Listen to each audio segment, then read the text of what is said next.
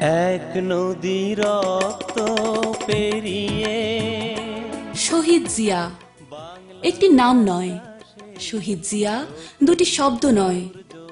শহীদ জিয়া একটি আদর্শ, শহীদ জিয়া একটি চেতনা, শহীদ জিয়া একটি প্রতীক, বাংলাদেশের স্বাধীনতার প্রতীক, বাংলাদেশের সার্বভৌমত্বের প্রতীক, বাংলাদেশী জাতীয়তাবাদের প্রতীক। অবিভক্ত পাকিস্তানে পশ্চিমাদের শোষণে তৎকালীন পূর্ব পাকিস্তানিরা যখন আর্থিক, সামাজিক, রাজনৈতিক ও সামরিকভাবে বিপর্যস্ত, তখন হাতে গোনা যে কজন কৃতি সন্তান দেশমাতৃকাকে তাদের কর্মগুণে গৌরবান্বিত করেছিলেন, তাদের মধ্যে জিয়াউর রহমান অন্যতম।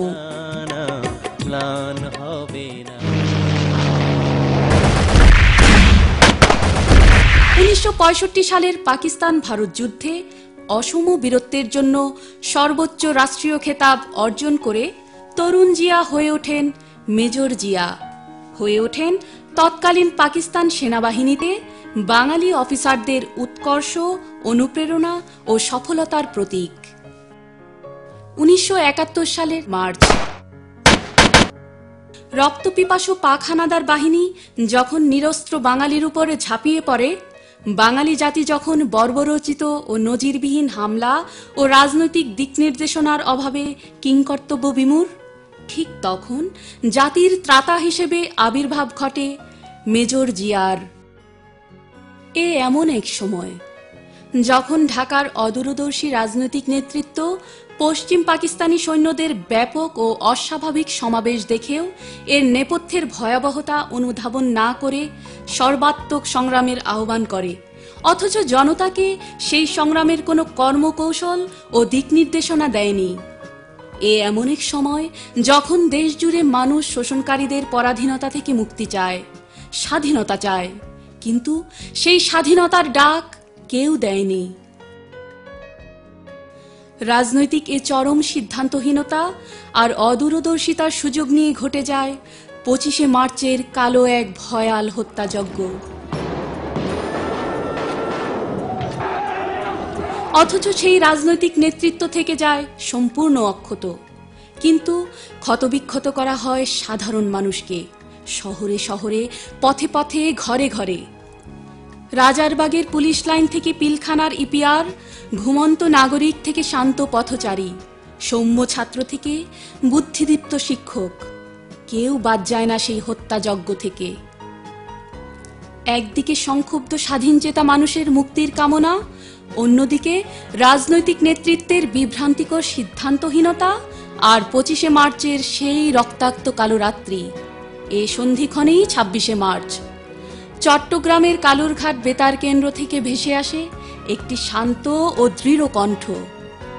ওই কণ্ঠের একটি ডাক যেন ম্রিয়মাণ হয়ে পড়া জাতিকে উদ্দীপ্ত, উজ্জীবিত ও আশান্বিত করে তোলে।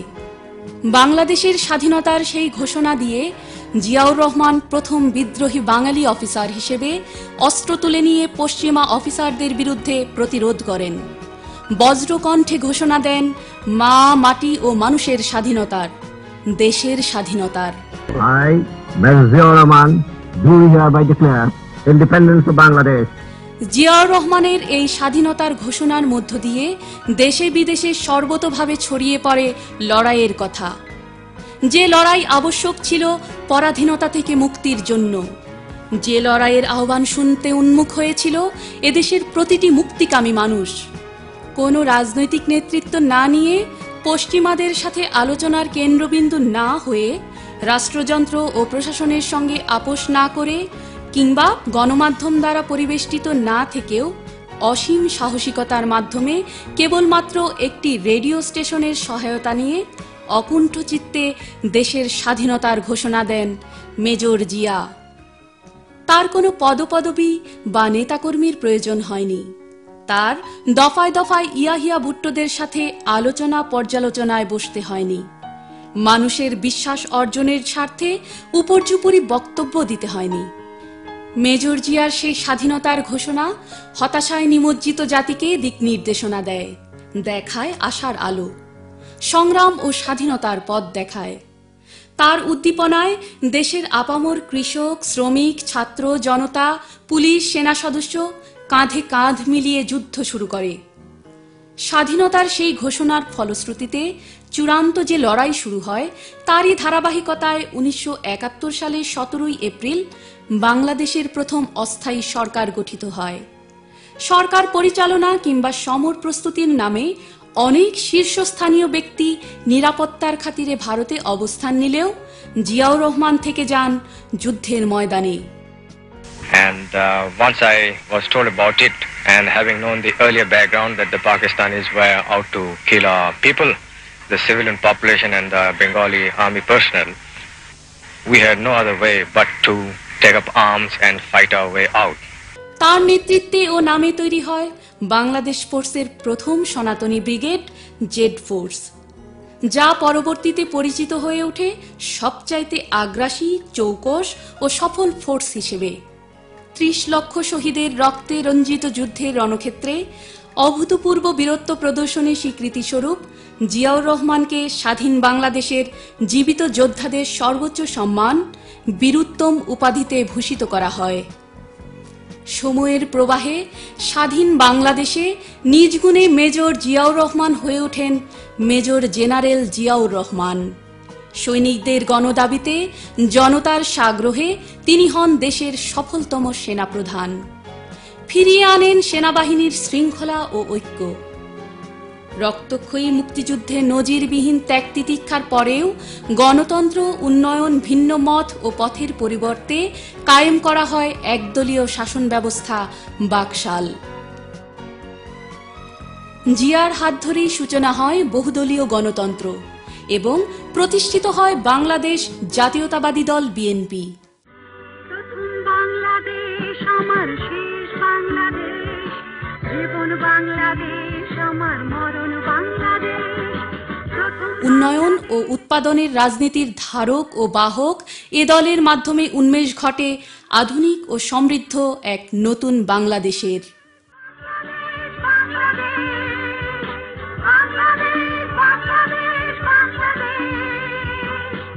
সুষ্ঠু, নিরপেক্ষ ও গ্রহণযোগ্য নির্বাচনের মাধ্যমে রাষ্ট্র ক্ষমতায় আসীন হয় বিএনপি। সাবেক সেনাপ্রধান জিয়াউর রহমান হয়ে ওঠেন রাষ্ট্রনায়ক জিয়াউর রহমান। কক্ষচ্যুত বাংলাদেশের রাষ্ট্রপতি পদে অধিষ্ঠিত হন তিনি, যার উপর নির্ভর করে সম্ভাবনাময় একটি দেশের সংকট থেকে উত্তরণের ভবিষ্যৎ। জনমনে প্রবল আশার সঞ্চার করা স্বাধীনতার ঘোষক জিয়া দেশকে এক বিন্দু হতাশ করেননি, বরং স্থাপন করেন রাষ্ট্র পরিচালনার নতুন মানদণ্ড। বাঙালি জাতীয়তাবাদকে পরিবর্ধন করে প্রতিষ্ঠা করেন বাংলাদেশী জাতীয়তাবাদের। নিশ্চিত করেন সব ধর্ম, বর্ণ, পেশা ও মত এবং মানুষের সাম্য, স্বাতন্ত্র্য, সম্মান ও সম অধিকার। যুগের চাইতে অগ্রসর কালজয়ী 19 দফা প্রদানের মাধ্যমে তিনি নতুন করে আঁকেন একটি উন্নত, স্বয়ংসম্পূর্ণ ও প্রগতিশীল বাংলাদেশের চিত্র। জনসাধারণের মৌলিক অধিকার নিশ্চিত করার পাশাপাশি দেশব্যাপী সৃষ্টি করেন অর্থনৈতিক গণজোয়ার। সুনির্দিষ্ট লক্ষ্য সামনে রেখে জোর দেন তৃণমূল, নারী ও যুব সমাজের আর্থসামাজিক ও রাজনৈতিক ক্ষমতায়নে। অদক্ষ জনগোষ্ঠীকে রূপান্তর করেন কাঙ্ক্ষিত মানব সম্পদে। নিশ্চিত করেন সম্ভাবনাময় বাংলাদেশের সমৃদ্ধি। জিয়া ছুটে যান দেশের এক প্রান্ত থেকে আরেক প্রান্তে। কখনো জাল হাতে নদীতে নেমে পড়েন, কখনো মাঠে ফসলের আবাদ করেন, কখনো খাল খননে হাতে কোদাল তুলে নেন, আবার কখনো বা কোমলমতি শিশুদের সাথে বই হাতে বসে পড়েন। যেখানে দারিদ্র, তৃষ্ণা, ক্ষুধা, অশিক্ষা, রোগ, শোক, সেখানেই জিয়া। যেখানে তৃণমূল অবহেলিত ও সুবিধাবঞ্চিত, সেখানেই জিয়া। যেখানে শোষণ, নির্যাতন ও অপশাসন, সেখানেই জিয়া। বাংলাদেশের মানুষ যেন নতুন করে তাদের জীবনের অর্থ খুঁজে পান। তারা যেন নতুন করে দেখতে শিখেন রাজনীতিকে, রাজনৈতিক দলকে, রাজনীতিবিদকে। বাংলাদেশ আমার শেষ বাংলাদেশ, জীবন বাংলাদেশ আমার মরণ বাংলাদেশ। তলাবিহীন ঝুড়ি থেকে অচিরেই বাংলাদেশ পরিণত হয় উন্নয়নশীল দেশগুলোর উন্নয়নের রোল মডেলে। বিশ্বের দিকে দিকে সাড়া পড়ে যায় রাষ্ট্রপতি জিয়ার রূপরেখা, কর্মকৌশল ও ভাবনা পরিকল্পনার। জিয়ার বাংলাদেশের উন্নয়ন অগ্রযাত্রার গতিপ্রবাহ আলোড়ন আলোচনার সৃষ্টি করে।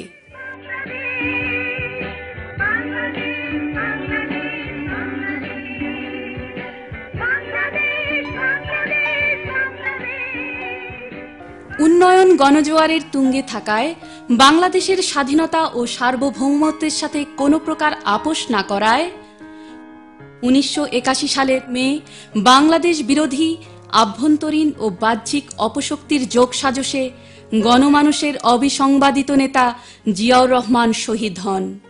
শহীদ জিয়াকে নির্মমভাবে হত্যার মাধ্যমে কেবল একজন ব্যক্তি বা রাষ্ট্রনায়ককে নয়, বরং সমগ্র বাংলাদেশ এবং বাংলাদেশী জাতিকে ধ্বংস করার চেষ্টা করা হয়।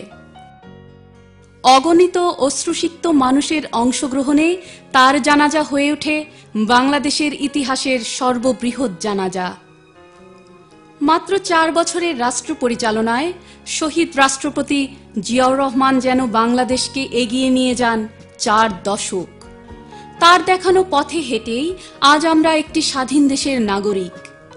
তার তৈরি করা কাঠামোতেই আজ আমরা একটি গণতান্ত্রিক দেশের নাগরিক। তার দেওয়া রূপকল্পেই আজ আমরা বিশ্বায়ন ও আন্তর্জাতিক অর্থনীতির অবিচ্ছেদ্য অংশ। তার নেওয়া নীতিমালাতেই আজ আমরা আর্থসামাজিক উন্নয়ন ও অগ্রগতির নিরবিচ্ছিন্ন দিশারি। আজ শহীদ জিয়া আমাদের মাঝে নেই, কিন্তু আমাদের মাঝে রয়েছে তার আদর্শ ও চেতনা, আর রয়েছে তার আত্মা ও আত্মত্যাগের প্রতি আমাদের কিছু দায়বদ্ধতা। দেশের স্বাধীনতা অটুট রাখার দায়বদ্ধতা, দেশের সার্বভৌমত্ব অটুট রাখার দায়বদ্ধতা, দেশের জাতীয়তাবাদ অটুট রাখার দায়বদ্ধতা। যে স্বাধীনতার মাসে স্বাধীনতার ঘোষকের কণ্ঠে স্বাধীন বাংলাদেশের ভিত্তি রচিত হয়েছিল, সেই স্বাধীনতার মাসে শহীদ রাষ্ট্রপতি জিয়াউর রহমান স্মরণে দেশের স্বার্থে, দেশের মানুষের স্বার্থে, নিজেদের অস্তিত্বের স্বার্থে আমরা কি পারব না আর একটি বারের জন্য হলেও আমাদের মাঝে স্বাধীনতার সেই চেতনা ও আদর্শকে ফিরিয়ে আনতে?